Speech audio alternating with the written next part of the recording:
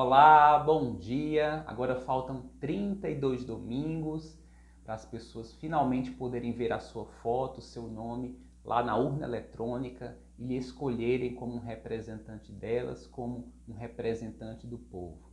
Pois bem, dando continuidade aos nossos encontros, no domingo passado nós falamos da temática sobre como escolher um partido político, que reflexões são pertinentes para que você possa escolher o partido político mais adequado para a sua candidatura. No domingo de hoje, nós seguimos esta mesma caminhada e abordamos a seguinte temática. Uma vez selecionados os partidos, ou seja, uma vez feita aquela lista sugerida de os 5 partidos ou 10 partidos de sua preferência, isso em ordem de preferência, como se apresentar a esses partidos. Então, primeiramente, nossa sugestão é que você tome conhecimento um pouco mais profundo sobre o primeiro partido de sua preferência, no intuito de buscar na internet, ler sobre o estatuto desse partido, as obrigações que envolvem um filiado, quais são os seus direitos, determinadas normas de conduta, princípios que vão ser pertinentes, específicos de cada partido. Também será a oportunidade de você pegar alguns contatos, né, por meio de e-mail ou mídias sociais, que lhe conduzam às pessoas, né, que vão ser as portas de entrada da sua conversa com o partido. Então, uma vez feito isso, cabe a você enviar um e-mail, entrar em contato, uma mensagem, WhatsApp, um telefonema, para alguma dessas pessoas que sejam tidas como referências no partido, no intuito de falar da sua intenção de se candidatar e pedir uma conversa, seja ela virtual, seja ela presencial, para tratar desse seu interesse. Nosso encontro hoje é justamente para prepará-lo da melhor forma para esse encontro inicial com um partido político, que ele será muito determinante para a sua candidatura. Então, inicialmente, nós vamos tratar de algo bem peculiar, que é a postura que você deve ter num momento como esse. Vamos fazer aqui a seguinte reflexão. Nós estamos no ano eleitoral, você não faz parte de nenhum partido político, você está pleiteando uma vaga para disputar um cargo político, né, nas eleições desse ano, lugares que são extremamente cobiçados por várias pessoas, então é necessário que você tenha uma postura muito apropriada para enfrentar uma situação dessa. Haja vista que há inúmeras outras pessoas já nos próprios partidos políticos ou em outros segmentos sociais que também teriam interesse de pleitear essa vaga. Então nós vamos tratar aqui de 5 elementos, né, para que você tenha de forma muito firme na sua postura de apresentação, de conversa com esses partidos políticos. O primeiro desses elementos é justamente a firmeza. Então você tem que estar muito firme na sua intenção de se candidatar. Quando você for ter a sua conversa inicial, ninguém mais do que você pode querer que você se candidate. Você tem que ser a pessoa mais empolgada, a pessoa mais determinada a colocar a sua candidatura para frente. Se você não faz parte de nenhum movimento partidário ainda, você tem que esbanjar firmeza, convicção nesse seu desejo de se candidatar. Você não pode chegar com dúvidas sobre esse desejo, para que o partido reflita se é pertinente que você se candidate.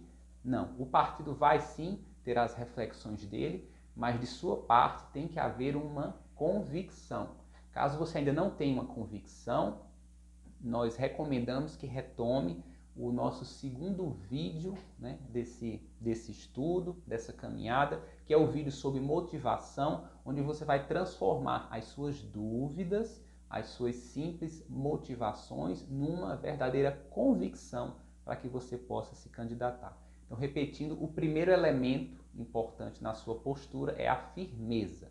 O segundo elemento vai ser a clareza. Então, não é um momento para o que se chama de conversinhas, digamos assim.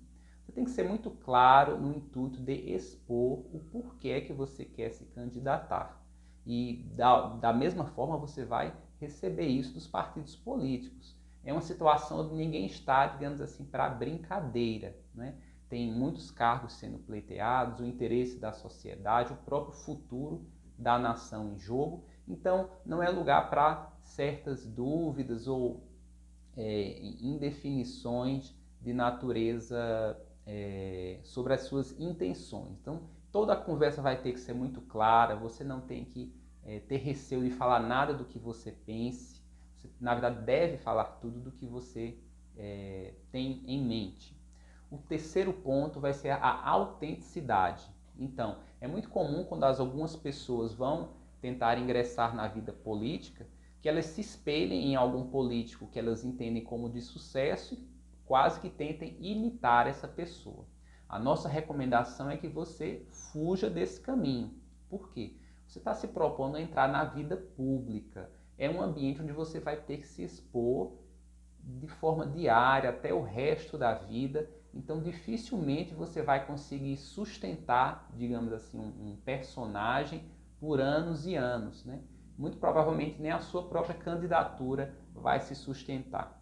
Então, o que há de mais relevante, né, para a sua pessoa, aquilo com que você mais pode contribuir é com a sua própria história. Ela é única, os seus problemas vivenciados, eles são únicos, embora possam representar o problema de milhões de pessoas. Então, é mais do que recomendável a forma correta, a postura da autenticidade. Você não tem que se preocupar em ser o que você não é. Você vai contribuir muito mais para o seu país, explanando de uma forma firme e clara quem realmente você é, quem são suas intenções, quais são suas intenções, né? E quais os seus objetivos, suas angústias. O terceiro ponto vai ser a serenidade. Quarto ponto, perdão, a serenidade. Então você vai estar lidando num ambiente onde outras pessoas já estão, digamos assim, pleiteando, almejando uma candidatura há muito mais tempo do que você, pessoas mais maduras ou que enfrentaram, né, outros desafios também e que têm a mesma legitimidade, né, tem problemas que as incomodam da mesma forma que os problemas que você vivenciou na sua vida. Então é importante ter serenidade para falar e saber ouvir, né? Ouvir dos partidos, ouvir eventualmente opiniões sobre as quais você ainda não havia refletido, mas que vão ter que ser incorporadas por você, né, para a tomada de decisão conjunta entre você e o partido. O último elemento é a humildade. Então, você nunca se lançou, né, numa candidatura política, você nunca esteve num partido político, então cabe sim uma postura extremamente humilde, no sentido de deixar isso claro, que é o seu contato inicial com esse universo de natureza política, e o partido dessa forma vai ter muito melhores condições de lhe auxiliar, de lhe instruir, de lhe esclarecer sobre diversas dúvidas, né, e encaminhamentos a tomar. Isso tanto no intuito de se ter um final feliz para você, quanto para o partido. Então, dito isso, né, é muito importante que você tenha esse tipo de postura quando for interagir com um partido político.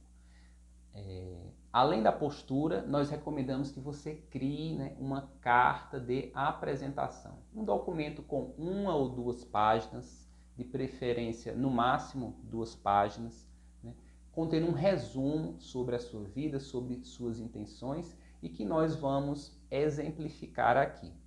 Então nós resgatamos inicialmente aquelas 3 figuras que nós discutimos em alguns domingos passados, né? São nossos 3 candidatos fictícios. Nós lembramos que temos aqui a figura do José, que é um engenheiro de 50 anos, formado na Universidade de São Carlos, fez pós-graduação, mestrado, doutorado fora do país, uma pessoa muito viajada, já exerceu cargos profissionais relevantes e ele é extremamente incomodado com a ineficiência do sistema de transporte brasileiro.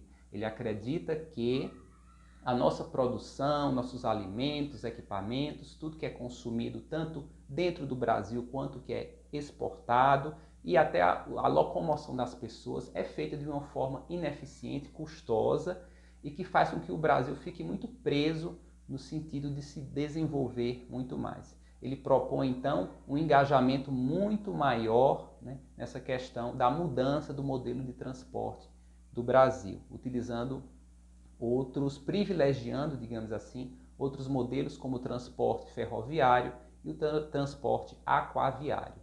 Então, essa é a personalidade do José. Nós temos também a personalidade da Maria, que é lá da cidade de Exu, no interior de Pernambuco, né? Ela que perdeu um pai e uma filha em decorrência da ausência de um hospital regional da região, onde as pessoas necessitam, sempre que tem algum problema um pouco mais grave, serem deslocadas até a cidade lá de Juazeiro do Norte, no Ceará. Lembrando que nós estamos tratando aqui de problemas, em princípio, fictícios.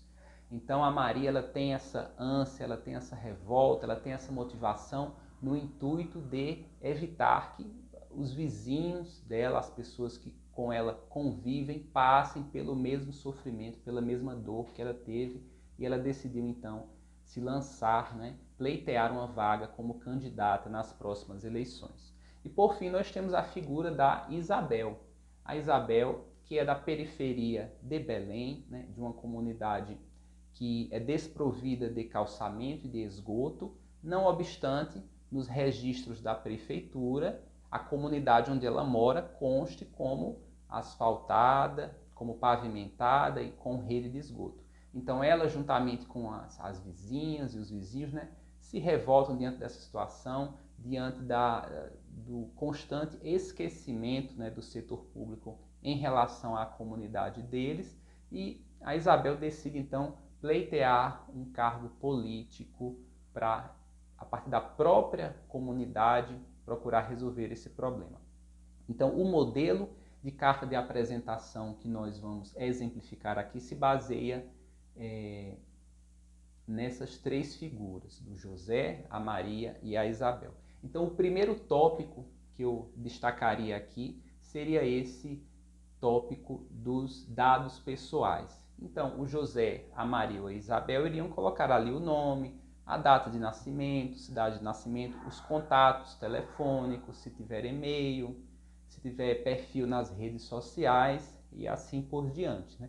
Uma forma minimamente de se apresentar. O segundo ponto seria a formação, né? Então, aqui eu me refiro à formação intelectual. E aqui, retomando aquela postura que nós citamos inicialmente, cabe a autenticidade. Então não há que se ter vergonha nenhuma de eventualmente não se ter um curso superior, uma pós-graduação ou assim por diante. O elemento mais importante de um candidato é a representatividade do povo, da sua comunidade. Então se ele tem um ensino básico, né, mas isso reflete a grande parcela da população, não há demérito, não há vergonha nenhuma em ele tentar se lançar candidato, até mesmo para representar essa parcela da população e ter muito mais legitimidade em modificar essa realidade. Então, nesse critério da formação acadêmica ou em termos de ensino médio fundamental, nós teríamos aqui os exemplos do José, que vai falar do curso superior que ele fez na Universidade de São Carlos, no interior de São Paulo, vai falar do mestrado que ele fez, do doutorado que ele fez fora do Brasil e assim por diante. Já a Maria vai destacar que ela fez apenas o ensino fundamental, né, sem problema algum, e a Isabel vai citar que ela fez o ensino médio, ela não chegou a ingressar no ensino de curso superior em universidades. Então, o segundo ponto seria esse da formação em termos de instrução, né? Instrução formal. O terceiro ponto seria a experiência comunitária, é um ponto extremamente significativo, né? Onde você vai destacar engajamentos que você tenha tido ao longo da sua vida em movimentos sociais. Por exemplo, alguém como a Isabel e a Maria, que embora não tenham tido a formação intelectual do José, eles podem ter tido um engajamento social fabuloso aqui, no intuito de fazerem parte de redes de associação de moradores, redes de mães das famílias da vizinhança, redes de caridade da igreja. O José, por sua parte, pode citar essas coisas também, pode falar que ele fez parte de algum trabalho voluntário na África e assim por diante. Então é o momento de expor com muita serenidade, né, com muita transparência, experiências que você tenha tido que sinalizem que você tem uma ligação, uma preocupação efetiva com o conjunto social, né, da comunidade. Caso não tenha uma experiência anterior, também não é um impedimento, né? A sua própria intenção em se lançar candidato para resolver um problema da sociedade, por si só já sinaliza esta sinergia, né? Esta ligação com a temática social. Mas caso haja alguma experiência, algum trabalho voluntário, alguma participação na comunidade, é extremamente relevante que você exponha isso. Isso será muito valorizado. O terceiro ponto passa a ser, então, uma descrição sobre o porquê se candidatar, né? Então você vai, no caso do José, falar da inquietude dele com o sistema de transporte, o modelo de transporte brasileiro, que é muito ineficiente, e assim por diante, e vai propor, né, que a sua principal bandeira de campanha, digamos assim, seja a melhoria dessa eficiência de transporte. Esse é o momento de expor qual a sua maior inquietude, aquilo que mais lhe incomoda no modelo político brasileiro. A Maria, por sua vez, vai certamente expor neste momento a história de vida dela, né? Que ela perdeu o pai e uma das filhas em razão da ausência de atendimento médico na sua região. Então, é uma história de vida, é um trauma que por si só tem uma legitimidade, uma representatividade muito forte, né, para uma candidatura política. É algo que a própria vida gerou, infelizmente, de uma forma traumática para ela, mas que lhe dá muita legitimidade num momento como esse de representar a população.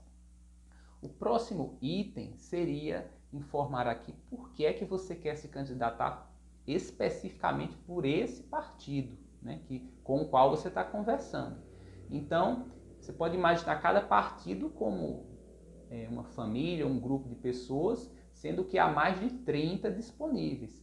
Então, por que é que você quer ingressar nesse grupo especificamente, né? É o momento de expor afinidades, linhas ideológicas que você tenha em concordância com esse partido, no intuito de gerar uma maior harmonia entre você e esse grupo que já existe há muito tempo, né, interagindo socialmente.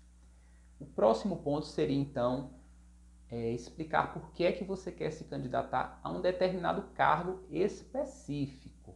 Esse ponto ainda pode estar em aberto, você pode até receber uma orientação do próprio partido, mas nós discutimos isso quando apresentamos o José, a Maria e a Isabel e chegamos à conclusão aqui que no caso do José, pela natureza do problema que ele quer atacar, uma vez que ele quer modificar ou pelo menos engajar a modificação do modelo de transporte brasileiro, então isso é melhor feito na temática federal, de preferência como um deputado federal ou um senador. Então ele vai explicar, não, como o meu problema, a minha principal bandeira de campanha é essa, eu quero me candidatar a deputado federal ou senador.